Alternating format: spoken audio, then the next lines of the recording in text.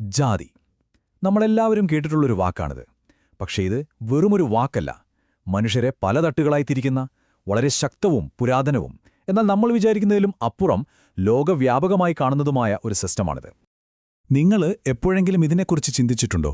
അതായത് നിങ്ങൾ ജനിച്ചു വീഴുന്ന കുടുംബം, സമൂഹം, അത് നിങ്ങളുടെ ജീവിതകാലം മുഴുവൻ നിങ്ങളുടെ സ്ഥാനം നിർണ്ണയിക്കുമെന്ന് വിശ്വസിക്കാൻ പ്രയാസമായിരിക്കും. പക്ഷേ ലോകമെമ്പാടും കോടിക്കണക്കിന് ആളുകൾക്ക് ഇതൊരു യാഥാർത്ഥ്യമാണ്. അതാണ് ജാതി വ്യവസ്ഥയുടെ കാതൽ. അപ്പോ എന്താണ് ശരിക്കും ഈ ജാതി എന്ന് പറഞ്ഞാൽ? മൂന്നേ കാര്യങ്ങൾ ഓർത്തുവെച്ചാൽ മതി. ഒന്നാമത്തേത്, ഇത് പാരമ്പര്യമായി കിട്ടുന്നതാണ്. അതായത് അച്ഛനമ്മമാരുടെ ജാതിയാണ് മക്കൾക്ക് കിട്ടുന്നത്. രണ്ടാമത്തേത്, സ്വഗണവിവാഹം. സ്വന്തം ജാതിയിൽ നിന്ന് മാത്രമേ വിവാഹം കഴിക്കാൻ പാടുള്ളൂ എന്നൊരു അലിഖിത നിയമം. പിന്നെ മൂന്നാമത്തേത്, വളരെ കർശനമായ ഒരു സാമൂഹിക ശ്രേണി. ചിലർ മുകളിൽ, ചിലർ താഴെ എന്ന രീതിയിലുള്ള ഒരു തരംതിരിവ്.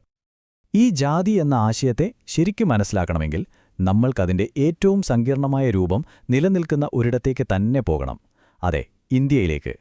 ഇവിടെ കാര്യങ്ങൾ എങ്ങനെയാണ് പ്രവർത്തിക്കുന്നതെന്ന് നമുക്കൊന്ന് ആഴത്തിൽ നോക്കാം.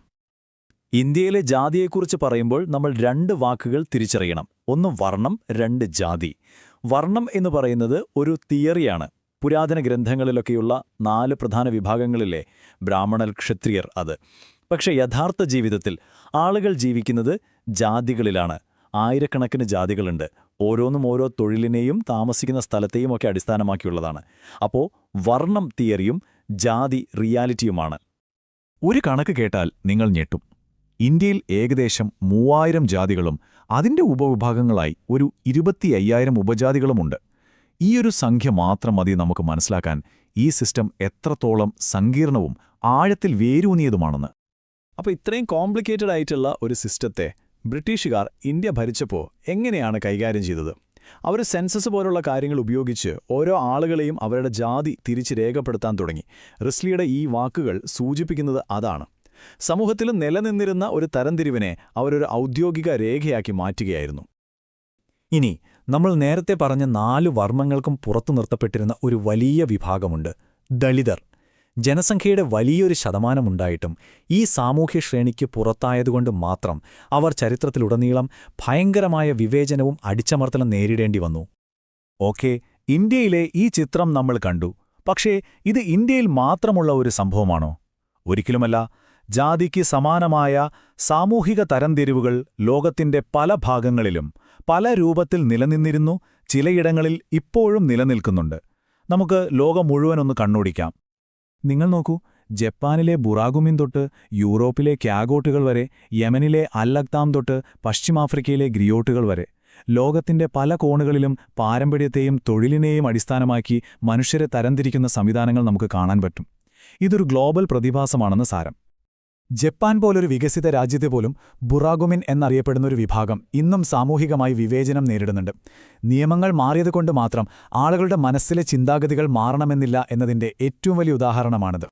യൂറോപ്പിലും ഇങ്ങനെയൊന്നുണ്ടായിരുന്നു എന്നത് ഒരുപക്ഷെ പലർക്കും പുതിയ അറിവായിരിക്കും. കാഗോട്ടുകൾ എന്ന വിഭാഗം അനുഭവിച്ച വിവേചനം നോക്കൂ. അവർക്ക് പള്ളിയിൽ കയറാൻ പോലും പ്രത്യേക വാതിലുകൾ. ഈ തരംതിരിവ് എത്രത്തോളം ആഴത്തിലുള്ളതായിരുന്നു എന്ന് നമ്മൾ ഓർക്കണം. പശ്ചിമാഫ്രിക്കയിൽ ഇത് കുറച്ചുകൂടി വ്യത്യസ്തമാണ്. അവിടെ ജാതി എന്നത് പാരമ്പര്യമായി കിട്ടുന്ന തൊഴിലുകളുമായി ബന്ധപ്പെട്ടിരിക്കുന്നു. ഗ്രിയോട്ടുകൾ, അതായത് കഥകൾ പറയുന്ന, പാട്ടുപാടുന്ന ഒരു വിഭാഗം, അതൊരു പാരമ്പര്യമായി കൈമാറി വരുന്ന ഒരു സാമൂഹിക റോളാണ്. നമ്മളിന്നുപയോഗിക്കുന്ന കാസ്റ്റ് എന്ന ഇംഗ്ലീഷ് വാക്ക് വന്നതുതന്നെ ലാറ്റിൻ അമേരിക്കയിലെ ഈ കൊളോണിയൽ കാസ്റ്റ സിസ്റ്റത്തിൽ നിന്നാണ്. ഇത് പൂർണ്ണമായും വംശീയ ശുദ്ധിയെ അടിസ്ഥാനമാക്കിയുള്ള ഒന്നായിരുന്നു. ശുദ്ധ യൂറോപ്യൻ രക്തമുള്ളവർ ഏറ്റവും മുകളിൽ, അങ്ങനെ പോകുന്ന ഒരു തരംതിരിവ്. ഓക്കെ, അപ്പോൾ ഇത്രയും നേരം നമ്മൾ ചരിത്രത്തിലെ പല ഉദാഹരണങ്ങളാണ് കണ്ടത്. പക്ഷേ ഇതെല്ലാം കഴിഞ്ഞുപോയ കാര്യങ്ങളാണോ? ആധുനിക ലോകത്ത് ജാതിയുടെ അവസ്ഥയെന്താണ്? അത് നേരിടുന്ന പുതിയ വെല്ലുവിളികൾ എന്തൊക്കെയാണ്? നമുക്ക് നോക്കാം. ഇന്ത്യക്ക് സ്വാതന്ത്ര്യം കിട്ടിയപ്പോൾ എടുത്ത ഏറ്റവും നിർണായകമായ ഒരു തീരുമാനമായിരുന്നത് 1950-ലെ നമ്മുടെ ഭരണഘടന ജാതിയുടെ പേരിലുള്ള എല്ലാ വിവേചനങ്ങളും നിയമവിരുദ്ധമാക്കി. ഇത് ശരിക്കും തുല്യതയിലേക്കുള്ള ഒരു ചരിത്രപരമായ ചുവടുവെപ്പായിരുന്നു. പക്ഷേ നിയമം കൊണ്ട് മാത്രം ഒരു സമൂഹത്തിൽ ആഴത്തിൽ വേരൂന്നിയൊരു കാര്യത്തെ മാറ്റാൻ പറ്റുമോ? പറ്റില്ല. നിയമം ഒരു വശത്ത് നിൽക്കുമ്പോഴും യാഥാർത്ഥ്യം മറ്റൊന്നാണ്. ഇന്നും രാഷ്ട്രീയം, വിവാഹം, നമ്മുടെ ദൈനംദിന ജീവിതം, ഇതിലെല്ലാം ജാതിയുടെ സ്വാധീനം വളരെ ശക്തമായി നിലനിൽക്കുന്നു. ഈ ചരിത്രപരമായ പിന്നോക്കാവസ്ഥയെ മറികടക്കാൻ ഇന്ത്യ നടപ്പിലാക്കിയ ഒരു പ്രധാനപ്പെട്ട നയമാണ് സംവരണം. സർക്കാർ ജോലികളിലും വിദ്യാഭ്യാസ സ്ഥാപനങ്ങളിലും ചരിത്രപരമായി വിവേചനം അനുഭവിച്ച വിഭാഗങ്ങൾക്ക് നിശ്ചിത ശതമാനം സീറ്റുകൾ നീക്കിവെക്കുന്ന ഒരു സംവിധാനമാണിത്. തീർച്ചയായും ഇതിന്നും വലിയ ചർച്ചകൾക്ക് വഴിവെക്കുന്ന ഒരു വിഷയമാണ്. എന്നാൽ സംവരണം പോലുള്ള സംവിധാനങ്ങൾ ഉണ്ടായിട്ടുപോലും നമ്മുടെ സർവകലാശാലകളിലും കോളേജുകളിലും ജാതി വിവേചനം ഒരു യാഥാർത്ഥ്യമായി തുടരുന്നു എന്നത് സങ്കടകരമാണ്. വിദ്യാർത്ഥികൾക്ക് സാമൂഹികമായ ഒറ്റപ്പെടൽ നേരിടേണ്ടി വരുന്നു. ചിലപ്പോൾ അധ്യാപകരുടെ ഭാഗത്തുനിന്ന് പോലും പക്ഷപാതപരമായ പെരുമാറ്റമുണ്ടാകുന്നു. ജാതിയുടെ പേരിൽ അതിക്രമങ്ങൾ വരെ റിപ്പോർട്ട് ചെയ്യപ്പെടുന്നുണ്ട്. ഇന്ത്യയിൽ ഈ പ്രശ്നങ്ങളെല്ലാം നിലനിൽക്കുമ്പോൾ തന്നെ ജാതിയെക്കുറിച്ചുള്ള ഈ സംസാരം ഇപ്പോൾ ഇന്ത്യയുടെ അതിരുകൾ കടന്ന് ഒരു ഗ്ലോബൽ ചർച്ചയായി മാറിക്കൊണ്ടിരിക്കുകയാണ്. പ്രത്യേകിച്ച് പാശ്ചാത്യ രാജ്യങ്ങളിൽ ഈ ആശയം എങ്ങനെയാണ് ഉപയോഗിക്കപ്പെടുന്നതെന്ന് നമുക്കൊന്ന് നോക്കാം. ഇത് വളരെ രസകരമായൊരു കാര്യമാണ്.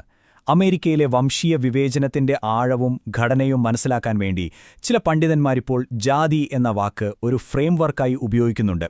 അതായത് അമേരിക്കയിൽ കറുത്ത വർഗ്ഗക്കാർ നേരിടുന്ന വ്യവസ്ഥാപിതമായ പ്രശ്നങ്ങൾക്ക് ഇന്ത്യയിലെ ജാതി വ്യവസ്ഥയുടെ ചില സ്വഭാവങ്ങളുമായി സാമ്യമുണ്ടെന്ന് അവർ വാദിക്കുന്നു.